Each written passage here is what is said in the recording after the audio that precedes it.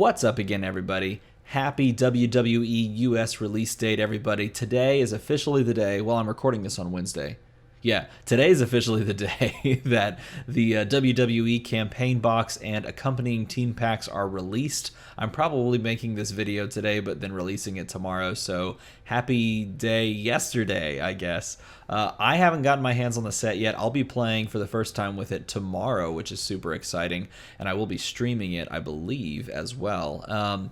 But I want to make a team with this card. This card's been bugging me. It's been in my mind for a long time, and I think it's really cool. It's one we did not spoil, and it's this one. It is Kane. Specifically, Kane controlling Hellfire. He's a 5-cost masked character with a 146, 257, 267 stat line. He has a tune. If you don't know what a tune is, it essentially says when this character is active, when you use an action die, this character will deal 1 damage to target player or superstar die. It says superstar die on the card, but character die. So you can essentially, when you play an action die, just pick. Do you want to deal your opponent 1 damage or deal 1 damage to one of their character dice in the field? And he has this amazing text that goes along with him that says, while Kane is active, whenever an opposing superstar die is KO'd, and don't forget, superstar equals character die. So anything that says superstar die is just talking about a character die in the field. So when one of those is KO'd, our opponents deal 1 damage to another opposing superstar die. Okay, so what this means is you can play any action and then use Kane's attune ability to ping off like their sidekick. And then when their sidekick gets KO'd, you can use the second portion of Kane's ability to deal 1 damage to something else, like maybe another sidekick, KOing it, thus triggering Kane's ability again to another sidekick, KOing it. Like, that's really cool to me, okay? He's controlling Hellfire, sending it one way or the other. That's, like, extremely thematic, right? But wait, it gets a whole lot better than just this, because then you can go ahead and add this action you may have heard of. I'm not sure if you've heard of it, but you could play this thing called Danger Room. Danger Room, and it's not the 2-cost, it's the 3-cost. The 3-cost, Housing Hidden Perils. The 3-cost bolt action that says, until the start of your next turn, when a character die takes damage, KO that character die. Okay, so essentially what we're basically saying is that we're running an on-team Seething Corruption. You could also run this with Seething Corruption. It's the same sort of thing, except Seething Corruption costs 4, and your opponent can buy it. But this doesn't cost 4, it costs 3, and your opponent cannot buy it. And it's amazing. And look at this, it lasts until the end of your opponent's turn. So you could also like use his effect on your opponent's turn, which is just so funny. This is so funny. I don't know why this makes me so happy, but it does. Okay, so we're just gonna go ahead and use this combo, right? Because think about it, you get him active, you play this action, you ping off, you know, anything, or you hit them for 1 damage with a tune. It's going to KO it because you've resolved Danger Room's effect, creating the game state wherein if anything takes damage, it gets KO'd. And so that thing will KO, and then Kane will see that it KO'd, and he'll control the Hellfire. I just like imagine him going like that. He'll control the Hellfire over to someone else. Okay, literally, I have not built anything else for this like combo in my head. Normally I have like more fleshed out, but I stop here because I start chuckling just profusely. So how do we win with this? Well, we have a 3-cost action. We have a 5-cost character. We need some way to get this 5-cost, make it a little bit more comfortable. How do you make a 5-cost more comfortable? Well, let's see. You can use Kree Captain. You use Kree Captain. Does the Kree Captain matter? Does it matter which one you run? No, not really. Am I ever going to buy it? Probably not, right? I'm not running the Swarm one. I'll just throw my favorite one on there, right? Okay. So we'll put it over there. So you're using the Kree Captain to buy the Kane more cheaply. Is there any other way to get this Kane more oh wait, you know what? Forget you, Kree Captain. You're old news. Hold on. Let's get crazy. We're gonna get that Becky Lynch. This card's bonkers. It's also a 5-drop. And then we're gonna go ahead and get Rock, as in the Rock. And we got to put the 7. We got to put the 7 cost on there because that's just the maximum memes, right? Okay, so we're going to pay a mask and sacrifice one of our superstar dice, reduce the cost of your next die purchase by 2. So this becomes a 3, technically a net 4 because you did pay the mask on the global for the Rock. So he becomes a 4 cost. It's not that bad. But if you pay 5 for him, a mask, sacrifice a sidekick, and pay the shield and then more energy, you can prep him, which is pretty cool. And also, we're going to play Becky Lynch because Becky Lynch is so good. We're going to talk about this in a second. It's great to have this thing that's basically just going to remove all of our opponent's stuff, and it leaves them with an open board. So here's the question. How do you win? Why not just buy this insane card? Overcrush, when fielded, make your opponent's stuff go away. Maybe you just use this whenever you don't have a danger room on the roll and your opponent has some stuff. They're going to be on a mad dash for re-rolling and fielding stuff because if you think about it, if we're clearing it all whenever we play danger room, when they re-roll it back, then Becky Lynch can do some removal there as well. So we'll jam like 2 Becky Lynches. And the Rock. What else can we put? What other thematic like WWE things we can get? Oh wait, there's that one that people Sasha Banks, right? This one. Look at this one. The Boss. When fielded, the next superstar die you purchase this turn costs 2 less. So we could play Sasha, and look, she's a shield synergy too. Got that Becky Lynch shield global and that Sasha Banks shield affinity. Not affinity. Why did I say that? Shield a type. Affiliation's not the case because none of these actually have affiliations. Look at that. You would think that these guys would have affiliations. Nope, they don't. That's so cool. Look at that. Okay, so what would you do here? You'd like run a couple of those, definitely. So you would like Sasha Banks, Becky Lynch global to put Sasha Banks in your prep. Roll her on turn 2. Field her. Maybe you'd do a sidekick on turn 1 as well. Oh, sorry, I'm getting bogged down. Oh, I want to really think this through though. Okay, I'm gonna hold on. This is this is not the norm. Are you ready? Here's not the norm. Okay, so here's what you do. Going second, you're gonna roll, and you're gonna get a sidekick. You're gonna get a shield. You need another shield, and the mask doesn't matter. So you re-roll, and you get like, whoa, what happened to that? Oh man. That's a bolt. You get a question mark, a shield, and a bolt or whatever. So you field the sidekick. You pay 2. You pay 1 for the Becky Lynch global, and you pay 2 for the Sasha Banks. You will be... I don't have a shield near me. This will be a Sasha Banks, that blue die. The forge die. And then on turn 2, you roll this stuff. Sasha Banks... No, come up. No, come up. Yeah, okay. This is the top side, so you'd pay 1 to field that 3/3. How much does this do? Yeah, so you pay 1 to field the 3/3, so you got to pay like a bolt. Then you would pay a mask. Let's pretend that's a mask too. Just the God roll setup.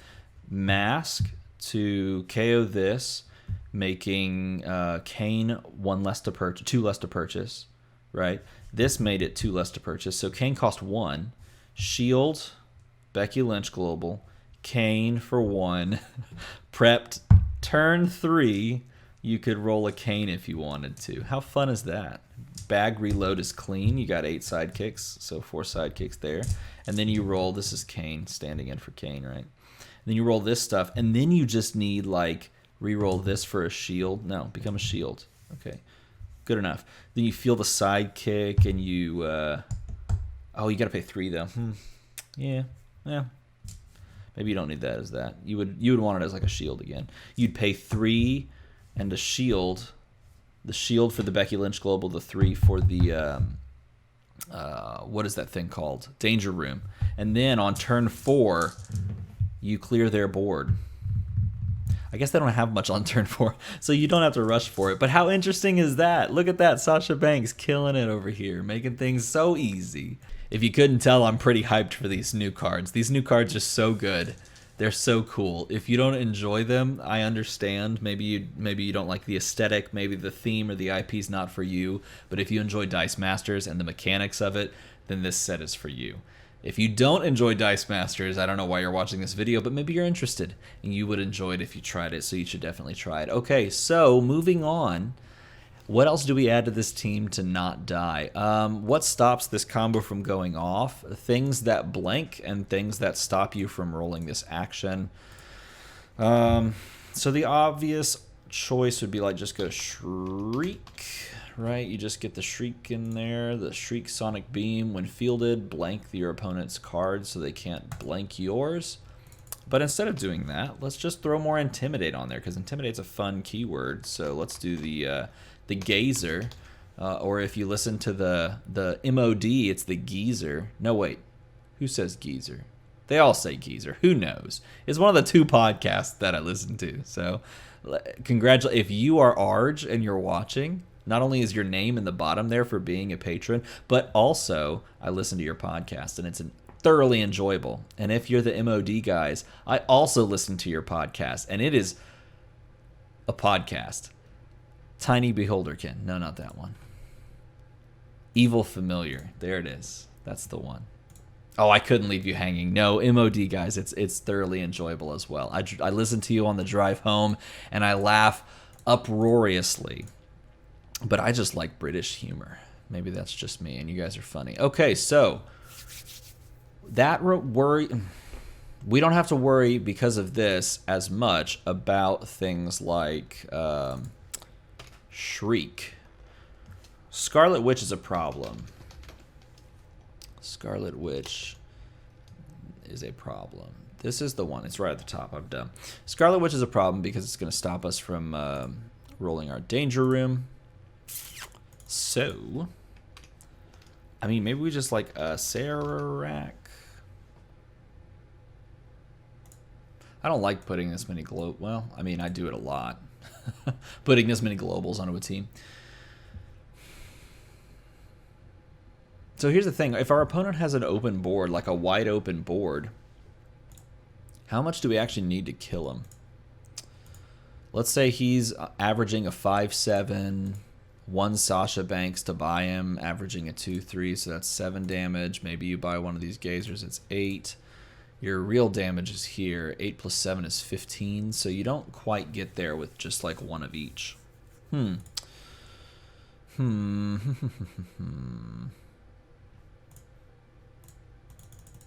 What do you do? Well, you know what? If we're keeping thematic, I have room for one more thing. What else would beat this? Like, there's no ramp per se. There's just stuff to buy cheaper. So we're not using any of this stuff to re-roll. Well, you know what? I guess I should say this. Throne Brick is insane when you've got Kane. So we might as well do that, right? And our opponent can buy this, but if they do, then that's whatever. Because that's going to happen no matter what. I mean, it's like, if they're going to buy it, they're going to buy it.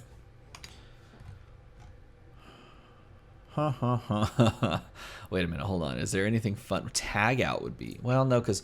Okay, so tag out seems cool if you're playing this sort of like chess match type. Like, I'm going to build a board, you're going to build a board. We're going to try to sneak people past, right? Deal some extra damage. Ah! Sit up like this. Here we go. So tag out seems cool, but it doesn't work when... Like, who cares? When your opponent's board is empty, you just want to kill him. You just want to kill him. Oh my gosh, where is he? Where is he? Let's talk about the best die in the entire game. It is a straight trombone. Like, you got me right there. That's the best die in the entire game of Dice Masters. I don't even care if you like Xavier Woods. I don't even care. Because that is the best die in the entire game. Oh, by the way, people were saying that this might be a counter for Switch. This doesn't actually counter Switch because that's during the roll and reroll step, and you're forced to either roll it an additional time and then keep it, or keep it, I think. It's the same way with the Thor, God, what was her? The Uncommon Crystal, right? Isn't that the same ability? Uncommon Crystal? Right?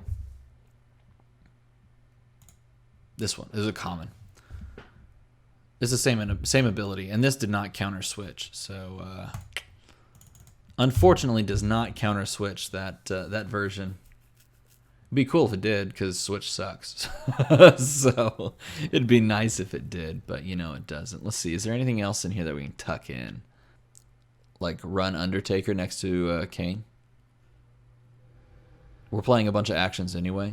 I mean, it's not perfect, but it's got a tune as well. He's 6. He's really expensive. So are the other pieces that we have, too. You know what? Let's do it. I think that's fun, right? Undertaker. I couldn't find him. I lost him in the thing.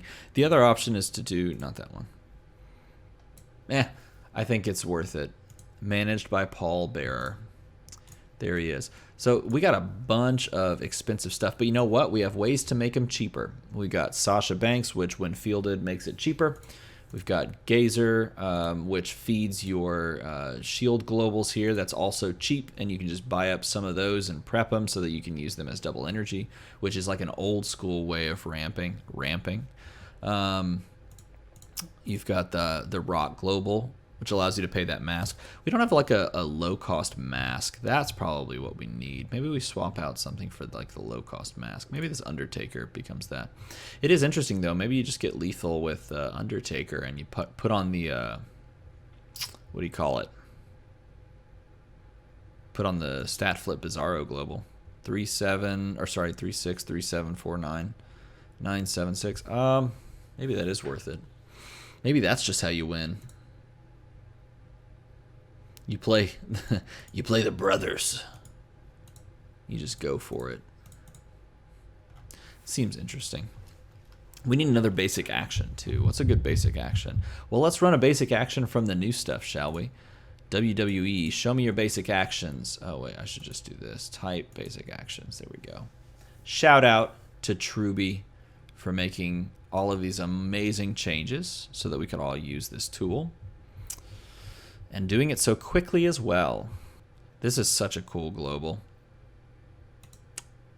This is such a cool card. Wonder if we could just use that in place of... Hold on.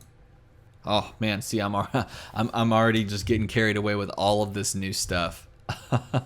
Okay, let's just pick something. Look how good this card is. The card is so good. Do we want to prep 3 dice with this? Nah, that's too expensive. This chair smash is funny. Is this good? I mean, kinda, right? But it's too expensive. Maybe we just keep... you know what? I'm just going to keep the Kevin Owens show on here because you could use that as a means of buying stuff. Maybe you swap out one of these pieces. Swap a die in your use pile for a number. Technically, I guess... Oh, that's right. It's up to 2 more, not up to 3 more. So this doesn't reach for your 5. This reaches for your 4. Silly me. So you would need a, let's see, you need a 3 to reach for your 5. So you have to swap out your Danger Room to go grab your Becky Lynch or so. Then you need a 4 to reach for your 6. There are some decent 4 drops in this set. Characters 4. Maybe we just run that version.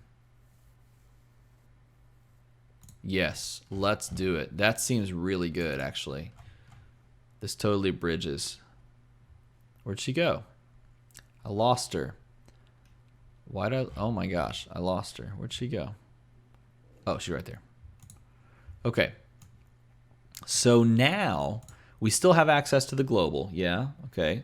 She's a 4-drop that's an 8/8 with Overcrush that we can also access without even paying for her via the Kevin Owens show, which will trigger your Kane if you play it. So there's a fun little way of getting these other characters out. We can't get Kane, obviously, but because we don't have a 3. I guess we can if we get rid of Danger Room.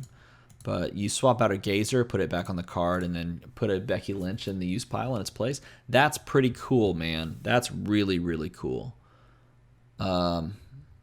Yeah, I like this.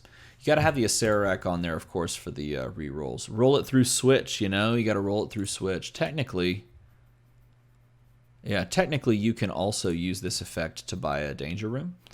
So this Danger Room isn't as expensive as it used to be, as long as you're willing to put a sidekick in your used. So what do you think about this effect? What do you think about the Kane combo with the Danger Room? Do you think that's pretty sweet? Because I know I think that's pretty sweet.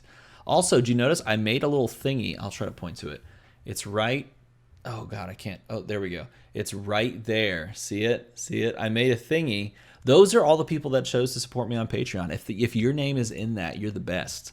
If your name's not in there and you want it to be in there, hit me up on Patreon in the link below.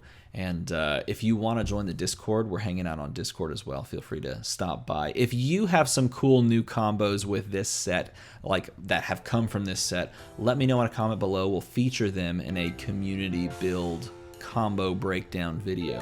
And as always, everybody, thanks for watching.